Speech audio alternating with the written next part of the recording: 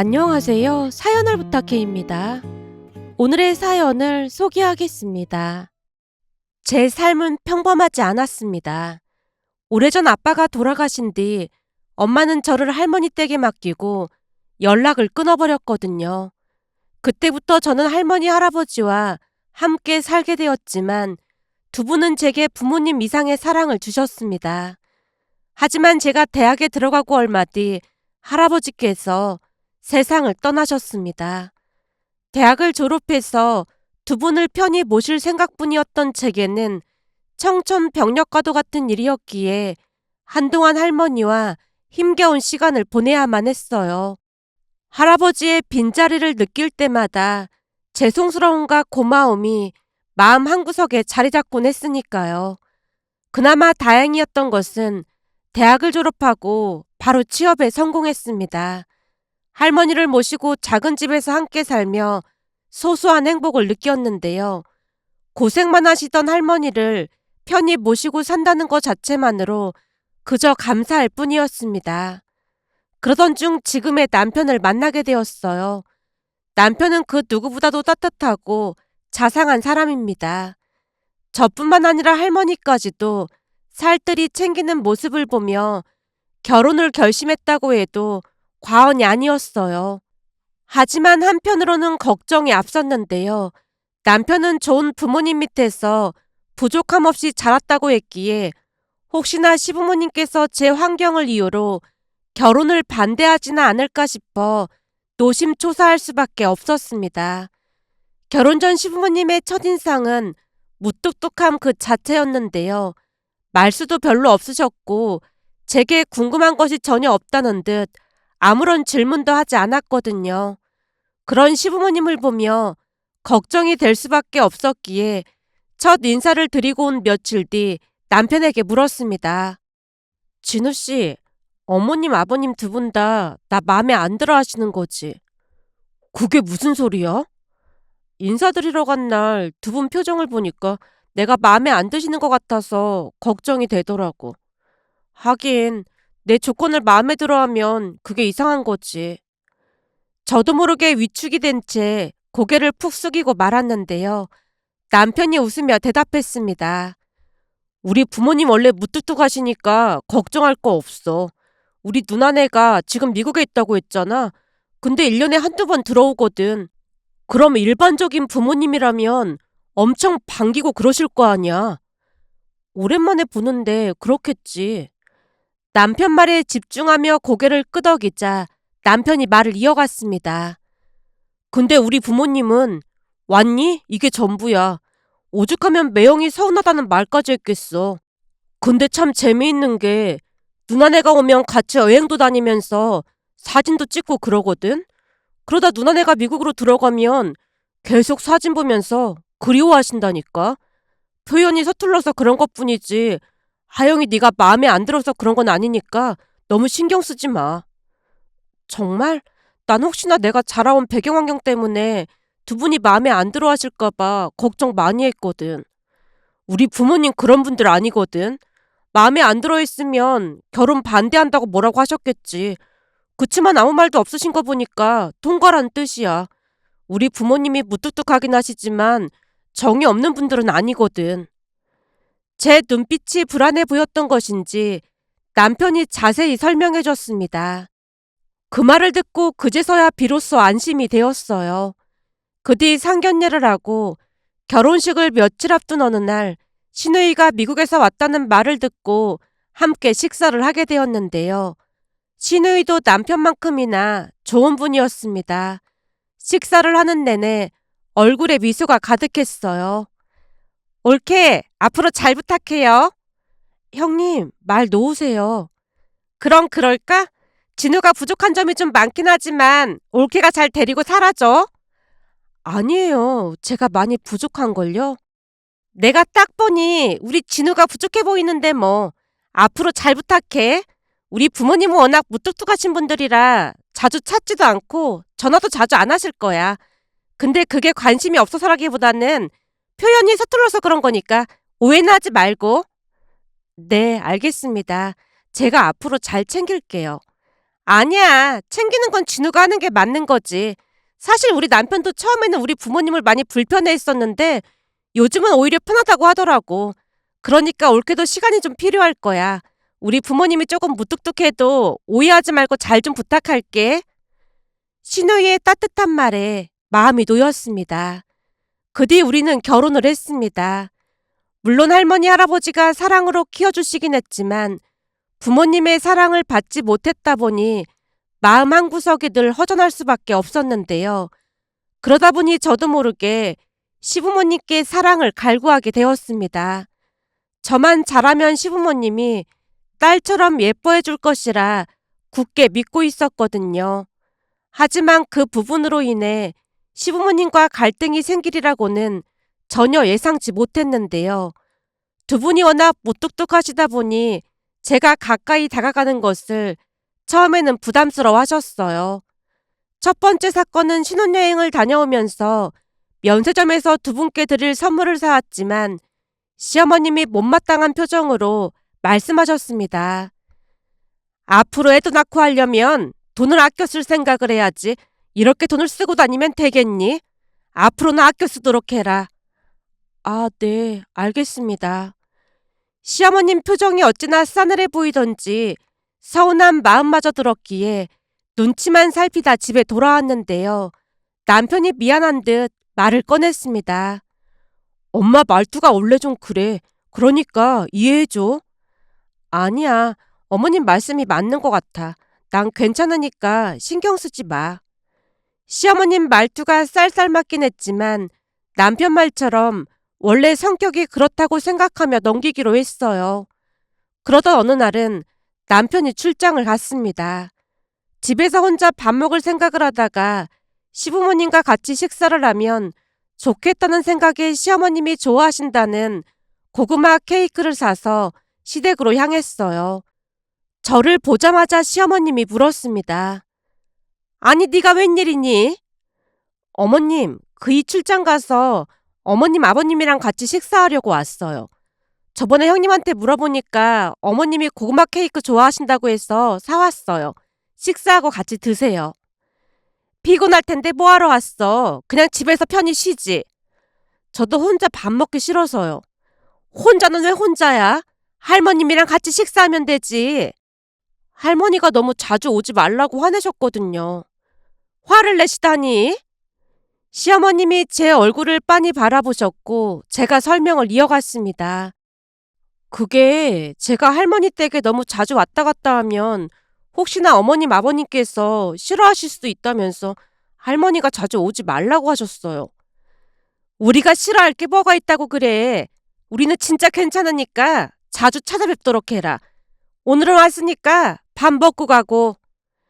그날 시부모님과 함께 식사를 하고 난 뒤 고구마 케이크까지 먹고 집으로 돌아왔는데요.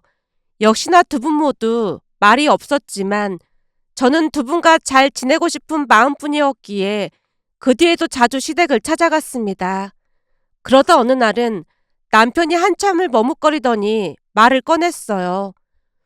자기야, 이런 말 하기 좀 그렇긴 한데 오해하지 말고 들어줬으면 좋겠어. 무슨 일인데 그래? 혹시 내가 뭘 잘못한 거야? 제가 깜짝 놀라서 남편을 뚫어지게 바라봤습니다. 순간 남편 입에서 믿기 힘든 말이 흘러나왔어요. 다른 게 아니고 오늘 엄마한테 연락이 왔는데 말이야. 자기가 연락도 없이 자주 찾아와서 너무 스트레스를 받으신대. 그래서 말인데 앞으로는 자주 찾아가지 말고 갈 일 있으면 나랑 같이 가자. 자기도 시댁에 자주 안 가면 오히려 더 좋잖아. 그 말이 끝나기 무섭게 눈물이 터져 나왔는데요. 그동안 시부모님께 예쁨을 받고 싶어 나름 최선을 다했는데 오히려 불편함만 드렸다는 사실이 너무 죄송해서 견딜 수가 없었습니다. 제가 눈물을 흘리자 남편이 어쩔 줄을 몰라 하며 저를 달랬어요. 자기야, 별일도 아닌데 왜 울고 그래? 난 어머님 아버님이랑 잘 지내고 싶어서 그런 건데 오히려 불편하셨다고 하니까 너무 죄송해서 그래. 남편이 저를 진정시키려는 듯 부드러운 목소리로 말했습니다. 그게 아무래도 엄마 입장에서는 자기를 손님이라고 생각하다 보니까 갑자기 찾아오면 불편하셨을 것 같아. 혹시나 올 거면 전화를 먼저 하고 왔으면 좋겠다고 하시더라고. 입장 바꿔서 우리 집에 엄마가 그냥 막 찾아오시면 자기한테도 좀 부담스럽잖아. 앞으로는 미리 연락하고 오라는 뜻일 거야. 그러니까 오해는 하지 마. 제가 눈물을 닦으며 고개를 끄덕였습니다. 지금 돌이켜보면 시댁에 자주 오지 말라는 말씀이었는데 제가 정말 눈치가 없었다는 생각마저 든답니다. 하지만 그때 당시에는 예쁨을 받고 싶다는 마음이 간절했다 보니 시어머님께 연락을 드리고 계속 찾아갔어요. 아마도 남편이 제가 울었다는 이야기를 전했던 것인지 그 뒤로 시어머님은 불편한 내색을 하지 않았습니다. 그렇게 시간이 흘러 시누이도 한국으로 돌아왔는데요. 어느 날은 시댁 가족들과 외식을 하러 갔고 식사가 거의 끝나갈 무렵 시어머님이 조심스럽게 말을 꺼내셨어요. 앞으로 같이 외식할 일이 많을 것 같아서 하는 말인데 금액을 정해놓고 하는 게 좋지 않을까 싶어. 그 말에 시누이가 고개를 갸웃하며 되물었습니다. 금액이라니? 시어머님이 잠시 망설이시더니 말을 이어갔어요. 외식할 때마다 매번 돈을 걷는 것도 좀 그렇잖아. 그래서 금액을 정해두자는 거야.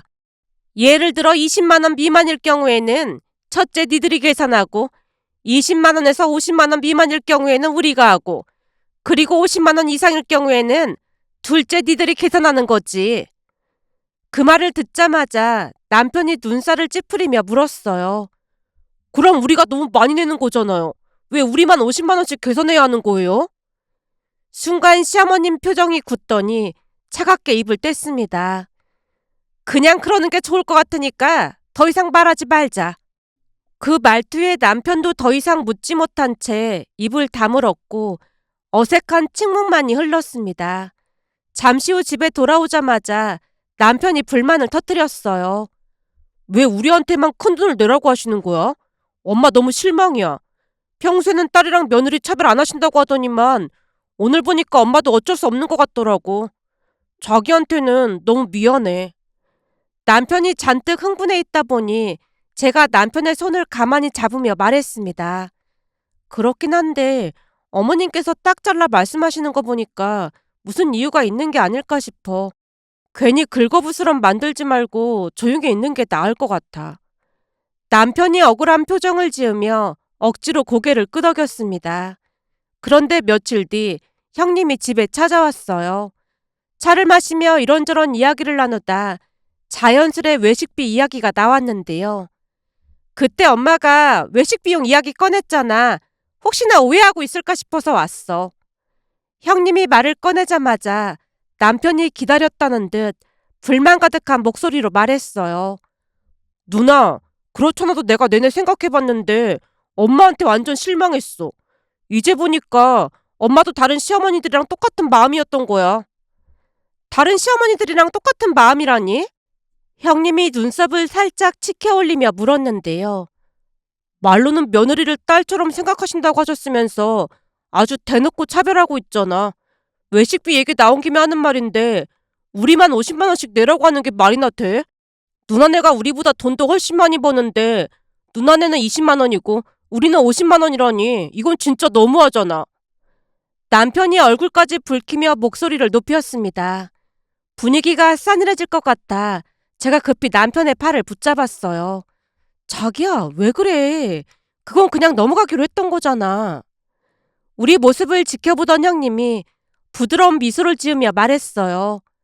이런 오해가 생길까봐 내가 찾아온 거야. 엄마가 우리한테 50만 원이라고 했는데 그게 어떻게 오해야? 형님이 피식 웃더니 대꾸했습니다. 이러니까 너보고 하수라고 하는 거야. 우리가 외식할 때 아무리 많이 먹어도 50만 원까지 나온 적 있어? 형님 말을 들으며 가만히 기억을 떠올려 봤더니 정말로 50만 원까지 나온 적이 없다는 생각이 들었습니다. 남편 역시 어리둥절한 표정으로 형님을 바라보며 말했어요. 그러고 보니 50만 원까지 나온 적이 한 번도 없었던 것 같네. 맞아. 한마디로 엄마 아빠가 우리 돈 안 쓰게 하려고 그런 거야. 한 번씩 외식할 때 보통 30만 원 정도 먹고 나오는데 그런 거지는 엄마 아빠가 계산하게 되는 거잖아. 동생아, 그러니까 제발 좀 생각이라는 걸 하고 살자. 형님의 단호한 말에 남편이 당황한 표정으로 어쩔 줄을 몰라 했고 저 역시 놀랄 수밖에 없었기에 멍하니 서로를 바라보고 있었더니 형님이 덧붙였습니다. 엄마가 무뚝뚝하긴 하지만 나름 자식들을 배려하려고 그런 것 같으니까 엄마의 깊은 마음을 알아줬으면 좋겠어. 그 말에 남편과 제가 동시에 고개를 크게 끄덕였어요. 그 뒤로 정말로 우리가 외식비를 계산하는 일은 한 번도 없었는데요.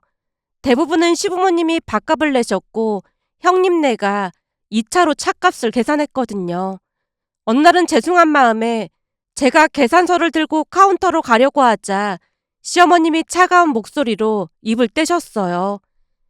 난 약속 안 지키는 사람 제일 싫어한다. 약속했던 대로 하도록 해. 그리고 여기 갈비가 맛있길래 포장 좀 해달라고 했으니까 갈 때 할머님께 가져다 드리고 오며 가며 항상 할머님 잘 챙겨드리도록 해. 그럼 이만 일어날까? 시어머님이 단호한 손길로 계산서를 들고 카운터로 가셨습니다. 시어머님의 뒷모습을 바라보며 감사한 마음과 죄송스러운 마음이 동시에 몰려와서 눈물이 고이고 말았어요. 그러면서 시부모님께 더욱 효도하리라 다시 한번 다짐했습니다. 그러던 어느 날은 시댁 보일러가 고장이 나서 시부모님께서 우리 집에서 며칠 지내시게 되었기에 서둘러 안방을 정리했고 시부모님께 그곳에서 지내시라고 했지만 시어머님이 단호히 손사래를 치셨어요. 우린 작은 방에서 지내면 되니까 걱정하지 마라. 이불도 다 가져왔어. 어머님 허리 안 좋으시잖아요. 그냥 편하게 안방 침대에서 주무세요. 아니야. 신세 지는 것도 미안한데 그러면 안 되는 거지. 우리랑 같이 지내면 불편할 텐데 이렇게 이해해줘서 고맙구나. 당연한 일인데 무슨 그런 말씀을 하세요. 당연한 일이 아니니까 그렇지. 저번에 유튜브로 어떤 사연을 들었는데 보일러 고장났다고 아들 며느리 집에서 며칠만 신세 좀 지겠다고 하니까 며느리가 절대로 안 된다고 난리를 쳤다는 집도 있더라고. 그래서 우리도 고민하다가 말한 건데 흔쾌히 대답해줘서 정말 고맙다. 시어머님 말씀에 머쓱해질 수밖에 없었는데요. 어려운 일도 아닌데 고마워하시는 모습이 오히려 죄송한 마음이 들었거든요. 비록 시부모님이 무뚝뚝하긴 하시지만 철저히 예의를 지키시는 분들이었어요. 잠시 후 시어머님이 휴대폰 충전기를 찾으시길래 안방 화장대 위에 있다고 말씀드렸더니 시어머님이 안방 문 앞에서 선뜻 들어가지 못하고 서 계셨습니다. 어머님, 왜 그러고 계세요? 안방에 막 들어가기가 좀 그래서 말이야. 네가 좀 가져다 주렴. 어머님, 괜찮으니까 들어가셔서 마음껏 구경하세요.